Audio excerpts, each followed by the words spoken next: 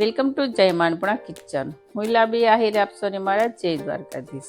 તો આજે હું તમારી સાથે શેર કરીશ ફક્ત 5 મિનિટમાં બની જાય તેવી વધેલી રોટલીની રેસીપી. તો વિડીયો શરૂ કરતા પહેલા મારી તમને નિવેદન છે કે હજી સુધી તમે મારી ચેનલને સબસ્ક્રાઇબ ન કરી તો પ્લીઝ જય માનપણા કિચનને સબસ્ક્રાઇબ કરી દેજો. વિડીયોને એક લાઇક જરૂર કરજો અને બાજુમાં રહેલી ઘંટડી દબાવી દેજો જેથી મારી નવી રેસીપીના વિડીયોની નોટિફિકેશન આપ સુધી પહેલા પહોંચે. તો ચાલો આપણે રેસીપી બનાવવાનું સ્ટાર્ટ કરીશું. તો રોટલી તો ઘણાને ઘરે વધતી જ હોય. જો ઠંડી રોટલી કોઈ ન ખાતો હોય ને તો તેની આપણે કંઈક અલગ યુનિક રીતે બનાવી અને તેની આપણે રેસીપી બનાવી નાખીએ.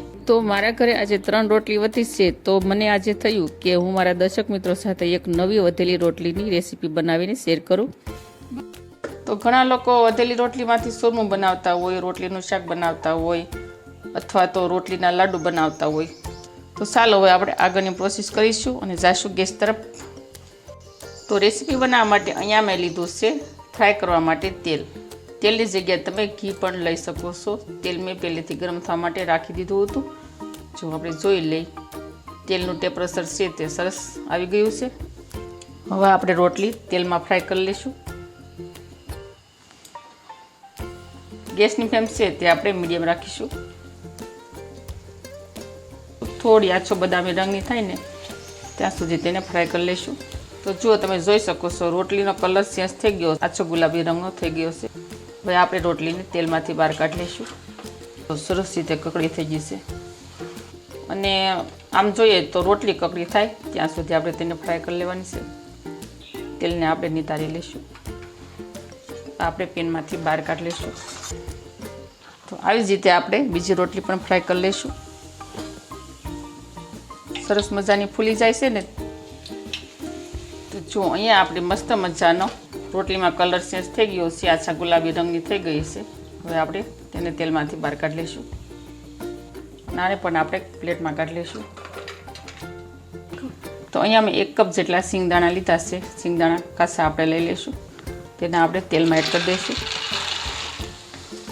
તેને પણ ક્રિસ્પી થાય ને ત્યાં સુધી તેને ફ્રાય કરી લઈશું. અને સિંગદાણા ફ્રાય કરતી વખતે ખાસ ધ્યાન એ રાખવાનું કે સિંગદાણો છે ને તે એકદમ કાળાશ ઉપર ન થઈ જાય, નકર આપણી રેસીપી છે તે કલરમાં સરસ નહીં બને. જો દાણો ફૂટી ગયો છે તેને પણ એક પ્લેટમાં લઈ લઈશું. તો અહીંયા મેં ક્રશ કરવા માટે મિક્સર જાર લીધો છે. તેને જે રોટલી આપણે ફ્રાય કરી હતી તેમાં ટુકડા કરી અને એડ કરી દઈશું. તો ફ્રેન્ડ તમે વધેલી રોટલીમાંથી શું બનાવો છો તે મને કમેન્ટ કરીને જરૂર કહેજો.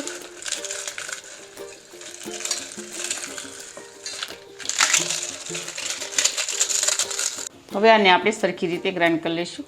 તો જો અહીંયા આપણે સરસ રીતે ક્રશ કરી નાખ્યો છે, રોટલીનો પાવડર બનાવી નાખ્યો છે. જો આ રીતે આપણે અધકચરું થોડું રાખીશું અને આપણે એક બાઉલમાં ટ્રાન્સફર કરી લઈશું. તો હવે આને અત્યારે આપણે સાઈડમાં મૂકી દઈશું અને આપણે સિંગદાણા લઈ લઈશું. તો આપણે ટીશ્યુ પેપરમાં એડ કર્યા છે એટલે તેલ પણ એક ચપ કરી લીધું છે વધારાનું. હવે આને પણ આપણે ગ્રાઇન્ડ કરી લઈશું. તો જુઓ અહીંયા આપણે ફ્રાય કરેલી સિંગને પણ ક્રશ કરી નાખી છે. હવે આપણે આગળની પ્રોસેસ ગેસ ઓન કરી દઈશું અને એક પેન લઈ લઈશું. તેમાં અડધી ચમચી જેટલું ઘી એડ કરી દઈશું. 1/4 કપ ગોળ લઈ લઈશું. જેટલું મિશ્રણ હોય ને એનાથી અડધું ગોળ પણ લેવાનું. ત્યારબાદ 1/4 કપ ખાંડ એડ કરી દઈશું. તો અહીંયા મેં ખાંડનું પ્રમાણ લીધું છે ને એટલી જ માત્રામાં ગોળનું પ્રમાણ લીધું છે. અને મિશ્રણ હોય ને એના કરતાં આપણે અડધા ભાગનો ગોળ પણનો માપ રાખવાનું. આને આપણે સાસણી નથી બનાવવાની. ગોળ અને ખાંડ ઓગળીને ત્યાં સુધી જ તેને કૂક કરી લઈશું. થોડો ગોળ અને ખાંડ ઓગળે એટલે આપણે તેમાં અડધી વાટકી જેટલું પાણી એડ કરી દઈશું. અને આપણે કન્ટિન્યુ ચમચો ફેરવતા જઈશું. તો આ રેસીપીને છે ને તમે 15 કે 20 દિવસ સુધી સ્ટોર પણ કરી શકો છો, કારણ કે આપણા બધા જ ઇન્ગ્રીડિયન્ટ્સ છે તે સરસ રીતે પાકી જાય છે એટલે ઝડપથી બગડવાની સંભાવના રહેતી નથી. જુઓ સરસ રીતે ઓગળી ગયું છે પણ ખાંડનો દાણો આખો નથી. હવે આપણે જે મિશ્રણ તૈયાર કર્યું હતું તે આમાં એડ કરી દઈશું. રોટલી અને સિંગદાણાનો. આમાં તમે મોળો માવો પણ એડ કરી શકો છો.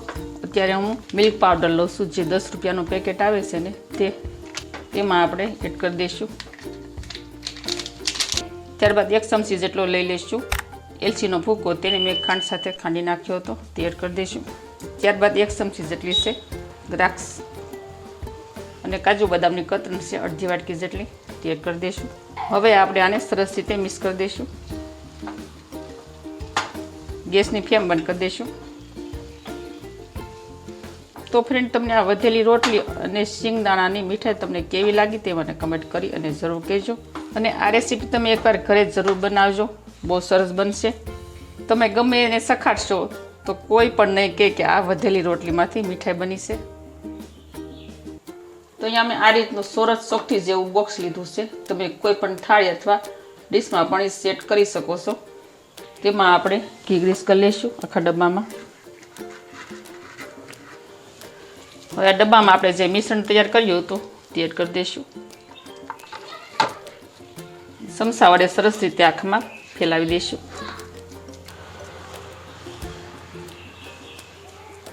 તો તમે આ મીઠાઈને કયું નામ આપશો તે મને કમેન્ટમાં જરૂર કહેશો.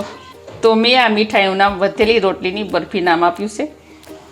અહીંયા આપણે સરસ રીતે પાથરી દીધું છે બોક્સમાં. હવે આપણે આને પતીકા પાડી દેવાના. તો આવી જ નવી રેસીપીઓ શીખવા માટે જય માનપુણા કિચનને સબસ્ક્રાઈબ કરી દેજો. વિડીયોને એક લાઈક જરૂર કરજો અને ફ્રેન્ડ અને ફેમિલીમાં વધુને વધુ શેર કરજો. હવે આ પતીકાની ઉપર આપણે એક દ્રાક્ષ મૂકી દઈશું. તમે આને કોઈ પણ ડ્રાયફ્રૂટથી ગાર્નિશિંગ કરી શકો છો. હવે આ પતીકાને આપણે થોડાક ઠંડા થઈ જાય ને એટલે આપણે છૂટા પાડી નાખવાના. તો અહીંયા તૈયાર છે મસ્ત મજાની વધેલી રોટલીની બરફી. તો આવજો, ફરી મળીશું આવી જ નવી રેસીપીઓ સાથે. ત્યાં સુધી થેન્ક યુ. જય દ્વારકાધીશ, જય સિયારામ, ધન્યવાદ.